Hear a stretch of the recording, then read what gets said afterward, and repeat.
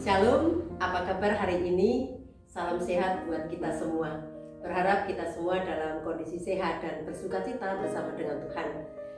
Firman Tuhan pada saat ini akan kita baca dari Markus pasal 7 ayat 1 sampai 8, kemudian 14 dan 15, lalu 18 sampai 23. Namun sebelumnya kita akan berdoa terlebih dahulu.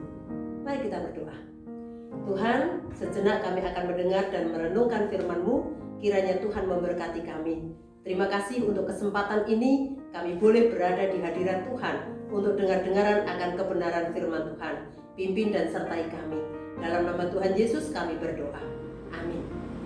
Saya akan membaca dari Markus pasal 7 ayat 1 sampai 8 dan seterusnya.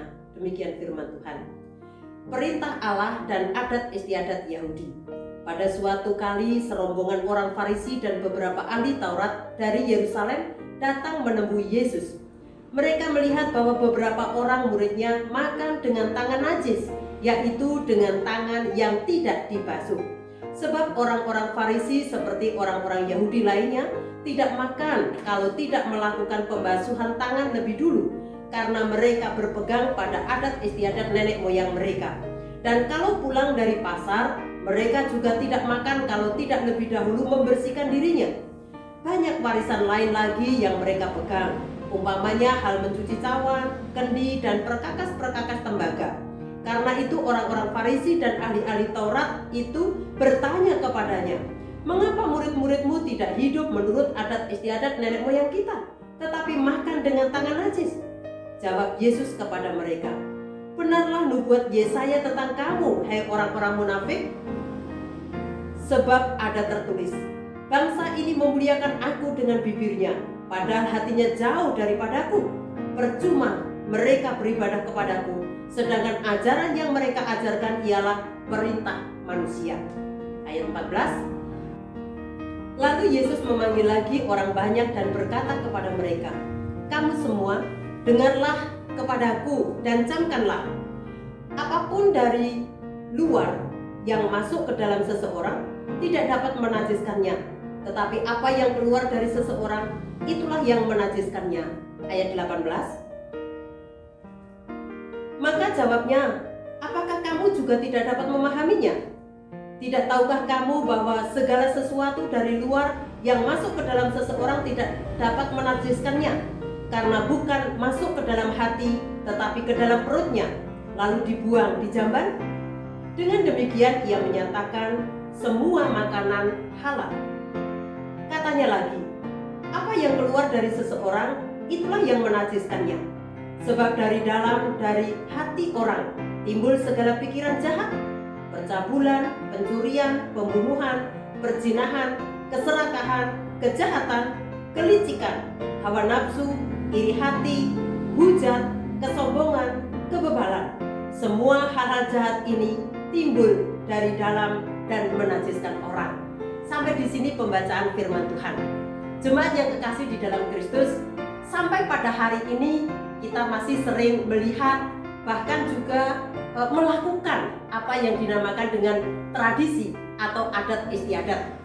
Barangkali kita juga pernah dinasehati oleh orang tua ketika hari sudah sore, misalnya sudah jam 6 begitu, lalu orang tua akan katakan, "Masuk, jangan keluar lagi, sudah jam 6, nanti kamu digondol wewe gombel." Nah, sebenarnya kebiasaan atau tradisi untuk tidak lagi bermain setelah jam 6 sore itu adalah sesuatu yang bagus, sesuatu yang baik, karena di luar sana sudah gelap. Dan ketika sudah sore hari, itu adalah waktunya untuk membersihkan diri, beristirahat, atau mungkin belajar. Namun, anehnya lagi, biasanya ditambahkan dengan nanti digondol wewe gombel. Ini adalah sebuah intimidasi kepada orang supaya melakukan tradisi tersebut atau adat istiadat tersebut, atau mendengarkan nasihat dari orang tua. Juga ada tradisi-tradisi yang lain yang juga seringkali ditambah-tambahkan dengan hal-hal yang sebenarnya tidak ada. Salah satu contoh ketika ada seorang perempuan hamil lalu dia duduk di pintu, orang akan mengatakan jangan duduk di pintu. Sebenarnya itu benar, karena pintu adalah dipakai untuk jalan keluar dan masuk. Namun tradisi itu atau adat istiadat itu ada tambahannya. Nanti anakmu kalau lahir, bibirnya akan selebar pintu. Nah, ini adalah sebuah intimidasi. Sesuatu yang bisa memberikan rasa takut. Dan sebenarnya ini adalah sesuatu yang tidak baik. Nah, Bapak, Ibu, dan Saudara yang kekasih di dalam Kristus, orang-orang Yahudi juga mempunyai tradisi, mempunyai adat istiadat. Yang kita baca dari Markus tadi salah satunya adalah mencuci tangan sebelum makan. Juga ketika mereka dari bepergian, mereka akan pulang tapi tidak akan masuk rumah sebelum membersihkan dirinya. Itu sebenarnya adalah sebuah tradisi yang baik. Pertama, untuk menjaga kesehatan dan juga kebersihan bagi dirinya sendiri. Namun, oleh orang-orang Farisi, para ahli Taurat, ahli-ahli agama pada waktu itu, mereka menambahkan bahwa ketika seseorang tidak mencuci tangan, itu berarti najis. Nah, inilah yang membuat perbedaan pengajaran Yesus dan pengajaran orang-orang Farisi dan ahli-ahli Taurat menjadi sebuah pertentangan bagi mereka, dan akhirnya seringkali terjadi perdebatan, termasuk ketika ahli-ahli Taurat dan orang Farisi ini melihat para murid makan tanpa mencuci tangan. Mereka langsung menghakimi, kenapa murid-muridmu itu makan dengan tangan yang najis. Disitulah dasar Tuhan Yesus mengajarkan tentang apa yang najis yang sesungguhnya. Nah, pada dasarnya tradisi atau adat istiadat itu baik. Menjadi tidak baik jika dalam pelaksanaannya disertai dengan intimidasi dan ditarik pada hukum keagamaan, sehingga perintah Tuhan itu menjadi nomor 2. Justru yang menjadi nomor 1 adalah tradisi dan adat istiadat. Nah, itulah yang pada akhirnya Yesus mengajarkan tentang kenajisan itu sendiri dan apa yang harus dilakukan oleh orang-orang percaya ketika mereka menghadapi adat istiadat ataupun tradisi tersebut. Nah, najis oleh orang-orang Farisi dan ahli Taurat adalah terjadi ketika seseorang tidak melakukan adat istiadat atau tradisi yang ada pada nenek moyang mereka. Nah, itu adalah anggapan mereka. Nah, kemudian najis itu sendiri adalah sesuatu yang harus dihindari, sesuatu yang harus dijauhi, sesuatu yang tidak boleh disentuh, dimakan, bahkan tidak boleh ada di situ, ada di dekatnya. Karena ketika tersentuh, maka orang tersebut dikatakan menjadi najis dan harus membersihkan diri supaya tidak najis lagi. Nah, ada hukumnya. Dan kalau najis itu dikatakan sesuatu yang wajib supaya seseorang tidak najis. Jadi ini wajib dilakukan, harus dilakukan. Nah, oleh Bapak Ustadz Buya Yahya, saya membaca bahwa dia menyebutkan ada 7 hal yang dianggap najis. Di sini saya tidak ingin bahwa ini adalah sesuatu yang salah, tetapi saya hanya ingin membandingkan dengan pengajaran Yesus. Oleh Bapak Buya Yahya, 7 hal yang dianggap najis itu adalah 1, yang keluar dari lubang depan dan lubang belakang. Tidak perlu dijelaskan di sini, kalau lubang belakang itu mungkin ya dari anus ataupun juga yang lainnya. Lalu muntahan yang kedua. Dan 2 hal ini saya melihat sebenarnya memang menjijikkan, ya. Kalaupun tidak usah dikatakan najis, saya juga tidak bakal menyentuhnya. Kalau saya menyentuh, saya sendiri bisa muntah dan seterusnya. Lalu darah yang keluar. Nah, ada orang lain juga yang membagikan darah ini, ada yang najis, ada yang enggak. Misalnya darah para ulama atau orang-orang yang punya intelektual atau punya spiritual tinggi, itu tidak najis. Kemudian bangkai di sini pun juga ada bangkai yang tidak najis, yaitu misalnya jenazah atau mayat manusia. Kemudian belalang dan juga ikan. Nah, jadi mereka mengatakan apa yang dinamakan najis kalau dinamakan bangkai ini karena dia dipotong atau mati karena tidak dipotong dengan cara yang baik. Misalnya karena kecelakaan, misalnya karena dicekik, itu tidak boleh dimakan, tidak boleh, ya, itu menjadikan najis. Kemudian juga anjing dan babi, itu bahkan juga keturunannya. Misalnya anjing melahirkan kambing, tetapi itu hasil dari persilangan, sehingga lahir seperti kambing tapi dari perut anjing. Itu juga dinyatakan sebagai hal yang najis. Nah, lalu bagaimana dengan pengajaran Tuhan Yesus tentang najis? Kalau tadi dikatakan najis itu adalah sesuatu yang harus dihindari, sesuatu yang tidak boleh disentuh, sesuatu yang harus dijauhi. Itu tidak salah sebenarnya pengajaran itu. Tetapi apa yang menajiskan, disitulah yang membedakan. Kalau tadi orang Farisi dan ahli Taurat, yang menajiskan adalah salah satunya makan tanpa cuci tangan, itu najis.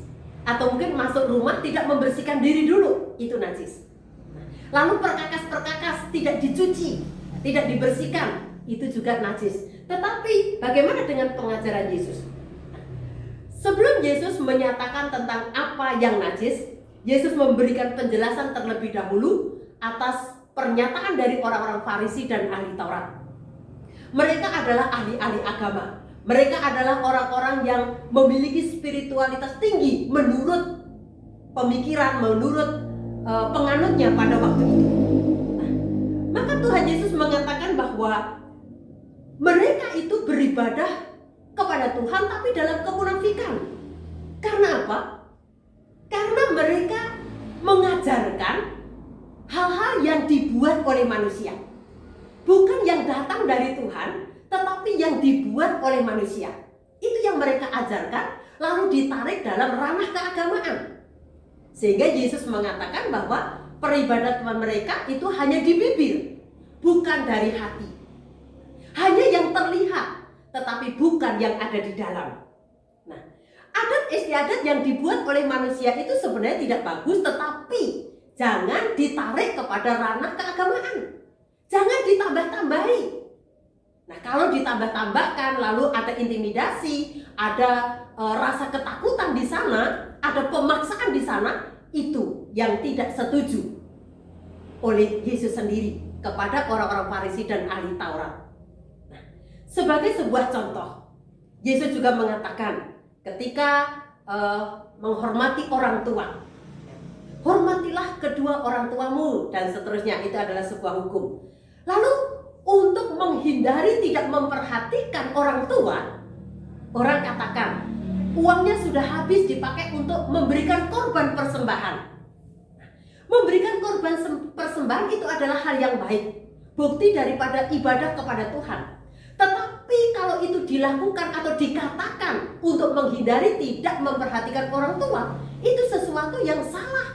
Itu sesuatu yang dikatakan ibadahnya munafik. Karena mencari peralihan untuk tidak melakukan penghormatan atau perhatian kepada orang tua. Nah, seharusnya kita memiliki hikmat dan kebijaksanaan. Bagaimana kita tetap memberikan perhatian kepada orang tua, tetapi juga tidak meninggalkan peribadatan kita.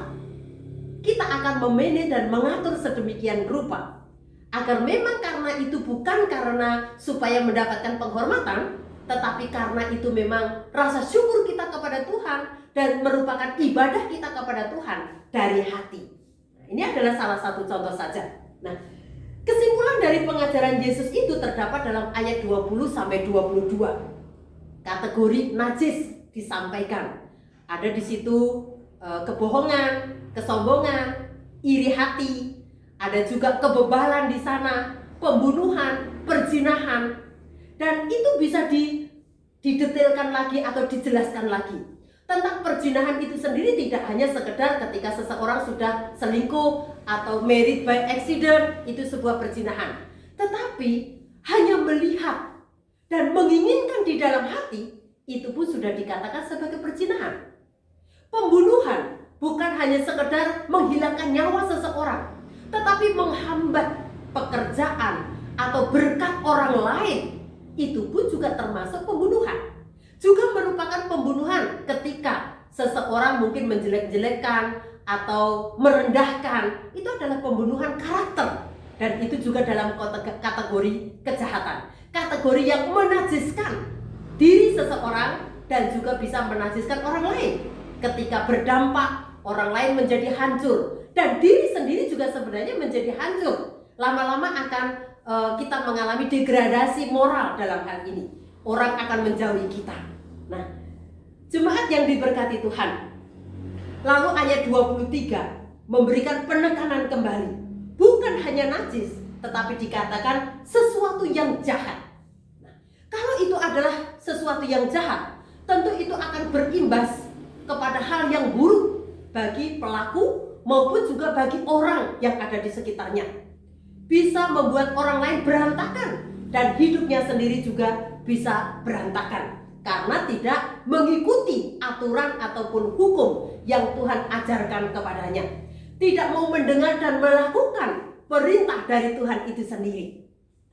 Sebagai murid, sebagai anak Tuhan, sebagai ahli waris dari Tuhan, apa yang harus kita lakukan agar kita tidak menajiskan diri sendiri dan juga tidak menajiskan orang lain? Nah, ini adalah sebuah pertanyaan yang harus kita berikan jawabannya, yang harus kita nikmati, yang harus kita sadari bahwa kita adalah anak-anak Tuhan. Kita adalah murid-murid Kristus. Kita adalah ahli-ahli waris kerajaan Allah. Yang pertama yang harus kita lakukan adalah mendengar dan melakukan ketetapan Tuhan.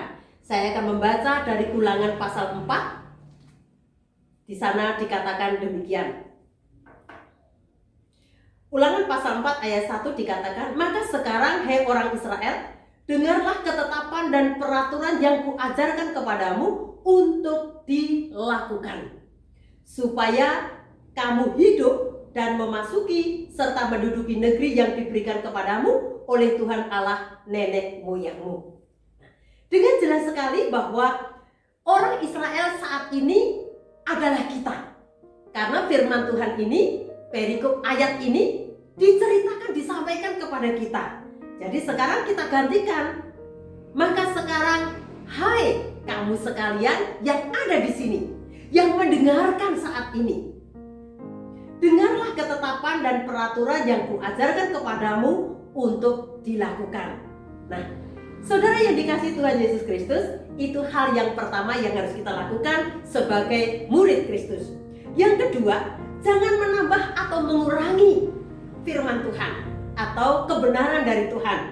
Ayat 2 disampaikan kepada kita, janganlah kamu menambahi apa yang kuperintahkan kepadamu, dan janganlah kamu menguranginya. Dengan demikian kamu berpegang pada perintah Tuhan Allahmu yang kusampaikan kepadamu. Jadi firman Tuhan itu cukup untuk kita dengar dan kita lakukan.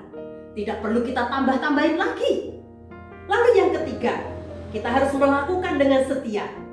Bukan hanya yang terlihat saja atau tampilannya saja, tetapi harus kita lakukan yang lahir dari batin, dari hati kita. Nah, Ulangan pasal 4 ayat 6a memberitahukan kepada kita, lakukanlah itu dengan setia, sebab itulah yang akan menjadi kebijaksanaanmu dan akal budimu di mata bangsa-bangsa yang pada waktu mendengar segala ketetapan ini akan berkata, memang bangsa yang besar ini adalah umat yang bijaksana dan berakal budi. Bagaimana kita bisa melakukan dengan setia? Maka akan ada hasil atau buahnya. Apa buahnya? Kita akan menghidupi hidup ini. Artinya hidup ini tidak hanya monoton, tetapi kita akan menghidupi dengan warna-warni berkaitan dengan rancangan Tuhan dalam hidup kita. Lalu kita juga akan mengalami hidup dalam damai sejahtera.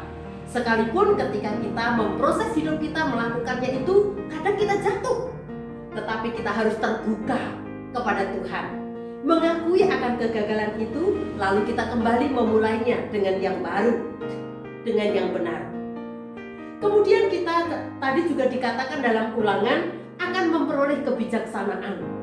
Dengan mendengar dan melakukan perintah Tuhan, kita akan beroleh kebijaksanaan. Kita juga akan mengalami keadilan dan kita akan meningkatkan kualitas kehidupan kita.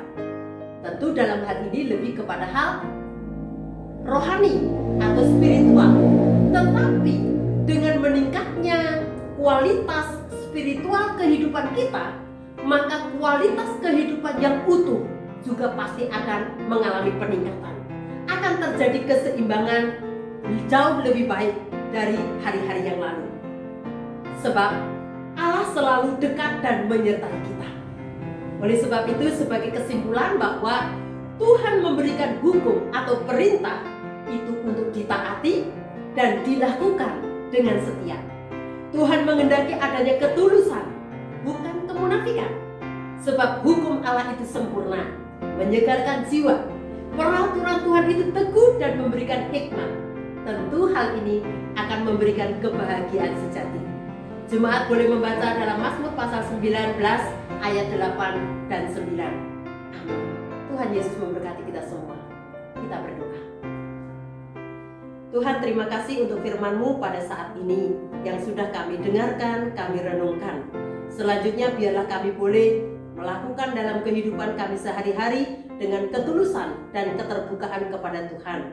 Kami mau sepenuh hati, bukan hanya lahiriah, tetapi lahir dari batin, untuk dapat menghindari hal-hal yang najis, bahkan juga bukan hanya membuat najis bagi diri sendiri, tetapi juga bagi orang lain, supaya kami hidup dalam kebenaran bersama dengan Tuhan. Terima kasih Bapa. Dalam nama Tuhan Yesus kami berdoa dan mengucap syukur. Amin.